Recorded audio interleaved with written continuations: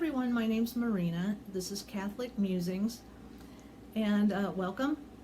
And I wanted to continue my story with my confession story about what happened after I had this amazing 1-minute healing from God.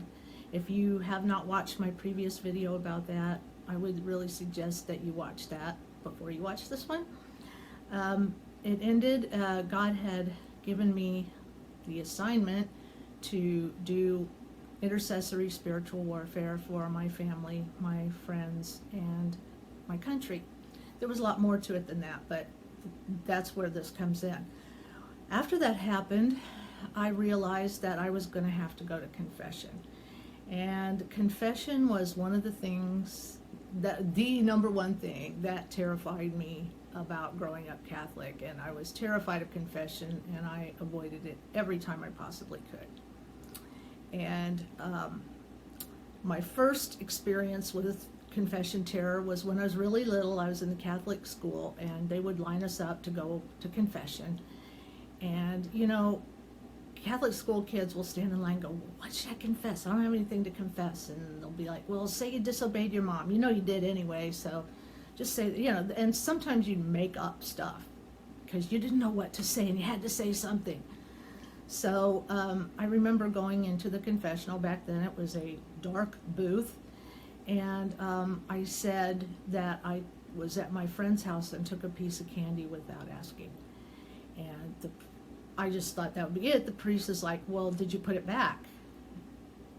And I froze, and I'm like, yes, I did. Well, actually, I don't think any of it ever happened. I think I made the whole thing up just to have something to say, which is sad, but that's what little kids do. But anyway, the whole thing really scared me. I didn't know they were going to come at me with questions, and so I was really scared of it ever after that. So that was that. And then the next thing I remember about confession, when I was in high school, I went to CCD every Wednesday night. My mom took me to CCD whether I wanted to go or not, and I didn't.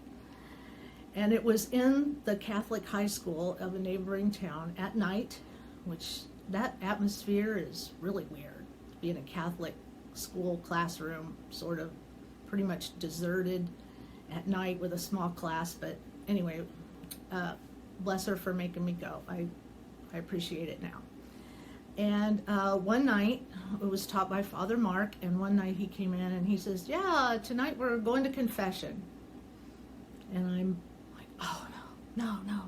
Well, he wandered back out because it wasn't quite time for class to start yet, so I took off out of there. And I wasn't the kind of kid that did stuff like that, but I went down, and it was summer, so it was still light outside. And just as I got down to the front door of the school, my best friend at CCD arrived and got out of the car. I said, Susan, come on, they're doing confession. We don't want to do that. And so we ran down. A block away was the public library, and we stayed in the library the whole time and avoided confession. And then when it was about time for the class to let out, we walked back down there and sort of blended in with everybody coming out of the school. And I got in the car. My mom picked me up. And that was one of the few times I got away with something over my mom. I don't think she ever knew about that one. Unfortunately, I kind of wish I hadn't gotten away with it, but I did. And so that is really how I viewed confession. I mean, run away. And when I came back to the Catholic Church, I did go because they told me I needed to come back, and I did confess a couple of things, but was not comprehensive by any means, and really had never made a good confession of my whole life. So when I got this assignment from God that I needed to do this intercessory prayer, I knew pretty quickly that you need to be in a state of grace. And so I realized I was going to have to go to confession. It was going to have to be a real one and a comprehensive one. Terrified me. And so I said, you know, I spent about a week and a half like this. I would be like, I have to do it. And then I'd be like, I can't do it. I just can't do it. And I'd think, well, God, I just have to hope that God forgives me anyway, and I can go on from here, and it'll be okay. And then immediately I'd be like, that's not good enough. I have to do it. 5 seconds later, I'd be like, I can't do it. And it was almost comical. It went on so long and it was so strong. 1 minute I'd think, okay, I think I can do this. No, I can't do it. And it went on for like a week and a half.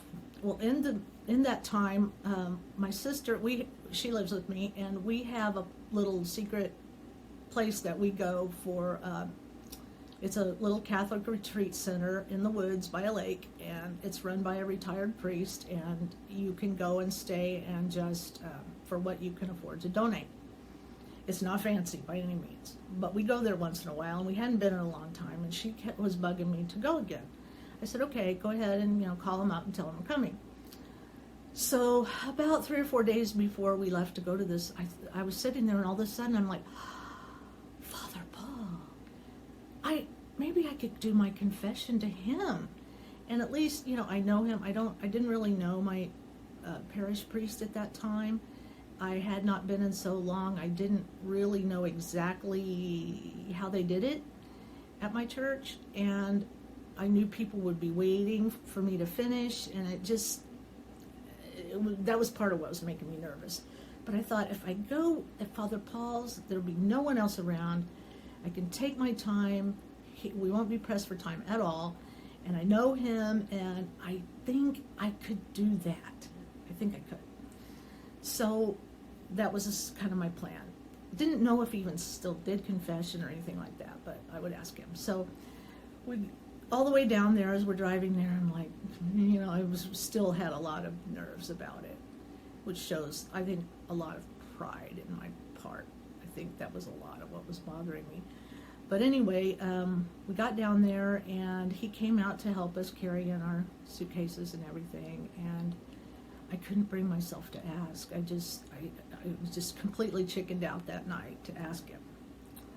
So that night I was praying, and I was going through a spiritual warfare training book thing at the time, and so I was doing my prayers, and I was doing the rosary and everything, and I was still vacillating back and forth about whether I could even do it or not. And finally I just told God, when it was time to go to sleep, I said, if you want me to do this, you're going to have to give me the courage to do it. I just, I can't do this on my own. You're going to have to help me wake up in the morning with the courage to do it. So the next morning I woke up, and I was like, if it was just for me, I might not be able to do it, but this is for others. This is for the people that I'm going to be praying for. It's for others, and I can do it for others. I have to do it for others, my family and my country and everybody that I would be praying for. So I got up and I got dressed, and I'm like, I can do this. I can do this. And I had to walk from our little cabin up to his place, which is, I don't know, several hundred feet. And all the way up there, I was just like, for others, for others, for others, do this for others, for others. That's all I could think of to keep me walking forward. I was that scared. Silly, but that's the way it was. And I did. I just kept walking, and I got up there, and he came out of his door right as I walked up to it. And I said, Father Paul, do you do confession? And he said, yes. And I said, can we do mine? And he said, when do you want to do it? And I said, what about right now? And he said, okay, come on in. So he has this little chapel there, and it's just him. And it was like Saturday morning, and we sat, and I did the whole thing. It was hard, but not as hard as I had built it up to be. But I had to cover everything from when I was a child on up. And I wasn't the worst teenager. There were things I wouldn't do, but I did a lot that I shouldn't do. And it was hard. And just all the ways in which I ditched the Catholic Church and didn't do what they said and had no interest in it and wanted really nothing to do with it at the time, and on into adulthood, so on and so forth. Anyway, the fact is I got it done. And I can't even describe to you how happy I was when that was done. When I was walking back from his house to our cabin, I was the happiest person on earth. and so lighthearted, and I just felt like a weight of the world was off my shoulders, and it was. And I just wanted to share that with you. If you're scared of confession, you can't possibly be any more scared than I was. And you have to turn it over to God and have Him do it in you to get yourself in there. I know now that if you're going to do something covering your whole life, you need to call and schedule a general confession rather than just trying to go in the short time before Saturday evening Mass. Didn't know that then. I've learned a lot since then. I mean, I was a Catholic basically for many, many years, but I wasn't a Catholic, capital C, you know. Now I'm a Catholic, capital C, because of what this healing God did in my life and everything. It's been amazing since then, but I just wanted to share that with you.